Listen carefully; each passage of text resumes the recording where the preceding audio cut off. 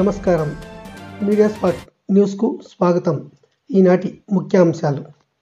పొంగనూరు మండలం ఏతూరు గ్రామంలో మెగా పశువైద్య శిబిరాన్ని ప్రారంభించిన పశువైద్య డాక్టర్లు.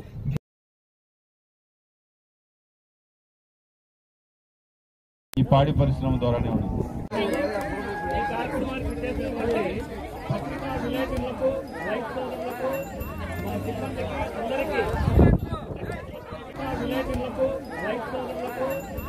వ్యాధుల వల్ల ఇబ్బందులు పడకూడదు అని చెప్పి గౌరవ ముఖ్యమంత్రి వర్యులు మన డాక్టర్ల బృందాలన్నీ కూడా గ్రామాలకే వెళ్ళి అక్కడే రైతుల దగ్గరే వారి యొక్క పశువులు కానీ వెళ్ళి కానీ ఏమైనా ఉన్నాయో అవన్నీ చేసుకునే విధంగా కూడా ఈ రోజు చర్యలు తీసుకుంటారు. కాబట్టి రైతు సోదరులందరూ కూడా ఈ సదావకాశాన్ని వినియోగించుకోవాలి.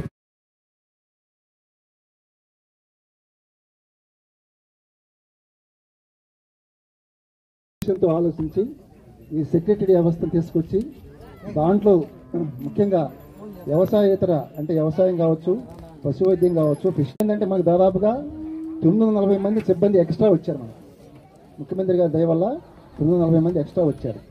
దానివల్ల ఏంటంటే ప్రతి ఒక్క గ్రామాన్ని మనము ఈజీగా కవర్ చేయడానికి ఆస్కారం ఉంది.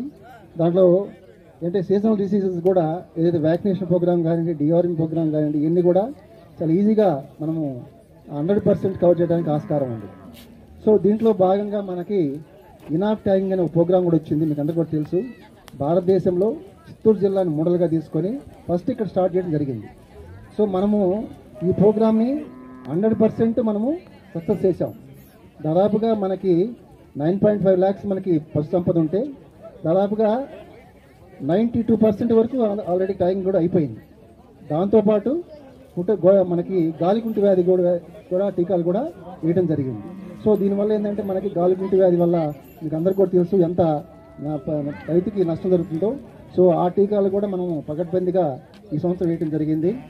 ఇకపోతే దీనికి లింక్గా మనకి ముఖ్యమంత్రి గారు పశు నష్టపరిహార పథకం అని ఒకటి ప్రవేశపెట్టడం జరిగింది. సో దీనివల్ల ఏంటంటే ఎవరైతే పశువులు చనిపోతాయో వాళ్ళందరికీ కూడా ఒక నష్టపరిహారం ఇస్తే రైతు కూడా ఆదుకుంటే వాళ్ళు కూడా కుటుంబానికి బాగుంటుందని దృష్టితోటి ప్రవేశపెట్టడం జరిగింది. దాంట్లో భాగంగా దాదాపుగా ఇప్పటికీ 770 పశువులకి మనం నష్టపరిహారము రైతులు చెల్లించాం. ఆల్రెడీ దాదాపుగా 2.8 crores చెల్లించున్నాం. డైరెక్ట్గా వాళ్ళకి ఆన్లైన్ ద్వారానే వాళ్ళ అకౌంట్కి వెళ్ళిపోతుంది. అట్లాగే ఇప్పుడు 1200 పశువులకి మళ్ళీ రెడీగా ఉంది. ఇప్పుడు దాదాపుగా 3.2 crores మళ్ళీ మనకు వచ్చింది. సో ఆ బిల్స్ కూడా మనము మనకి ప్రజల్లో పెట్టడం జరిగింది. సో ఇవన్నీ కూడా ఏంటంటే మనకి ముఖ్యమంత్రి గారు ఒక మంచి ఆలోచనతోటి ఏ రైతు కూడా నష్టపోకూడదని తీసుకొని ప్రవేశపెట్టడం జరిగింది. ఇదే కాకుండా ఇందాక ఒకటి చెప్పినట్టుగా ఎనిమల్ హెల్త్ కార్డ్స్ అని మొట్టమొదటిగా మనం ప్రవేశపెట్టడం జరిగింది. ఎనిమల్ హెల్త్ కార్డ్స్ అంటే ప్రతి ఒక్క రైతుకు కూడా ఎన్ని పశువులు ఉన్నాయి, అది గొర్రెలు కావచ్చు, లేకపోతే ఆవులు కావచ్చు, గేదెలు కావచ్చు. సో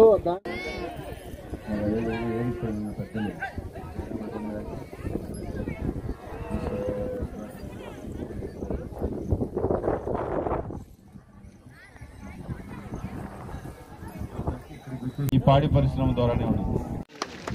అందులో భాగంగానే ఈరోజు జబ్బుల్ని మన డాక్టర్ల దృష్టికి తీసుకొచ్చి నయం చేసుకుంటే ఎంతో బాగుంటుంది.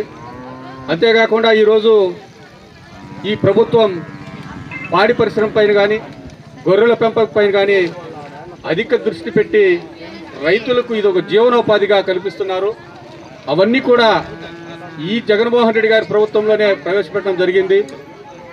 ఎందుకంటే గ్రామాల్లోని ఇప్పుడే ఉన్న డాక్టర్లు కాకుండా కూడా గోపాల మిత్రాలని కానీ మన సచివాలయంలో దీనికోసమని ఒక అనిమల్ అసిస్టెంట్ కూడా ఏర్పాటు చేసి ప్రజలకు చేరువుగా వారి యొక్క సేవల్ని ప్రజలకు చేరవేసేదానికి అన్ని కార్యక్రమాలు చేస్తున్నటువంటి ఈ గౌరవ ముఖ్యమంత్రి గారికి సదా రైతులందరూ కూడా కృతజ్ఞతలు తెలిపి ఈ సీజనల్స్లో ఇలాంటి అంటువ్యాధులు జరగకుండా మీరందరూ కూడా డాక్టర్లకు సహకరించి మీ యొక్క పశువులు అయితేనేమి ఇతర గొర్రెలు అన్నింటినీ కూడా కాపాడుకోవాల్సిందిగా మనవి చేస్తూ వారిచ్చే సూచనలు సలహాలు మీరందరూ కూడా పాటిస్తారని చెప్పి కూడా కోరుకుంటూ నాకు ఈ అవకాశం ఇచ్చిన మీకు అందరికీ కూడా రైతుల సోదరులకు అందరికీ కూడా డాక్టర్ బృందానికి అందరికీ కూడా నా యొక్క నమస్కారాలు తెలియజేస్తాను.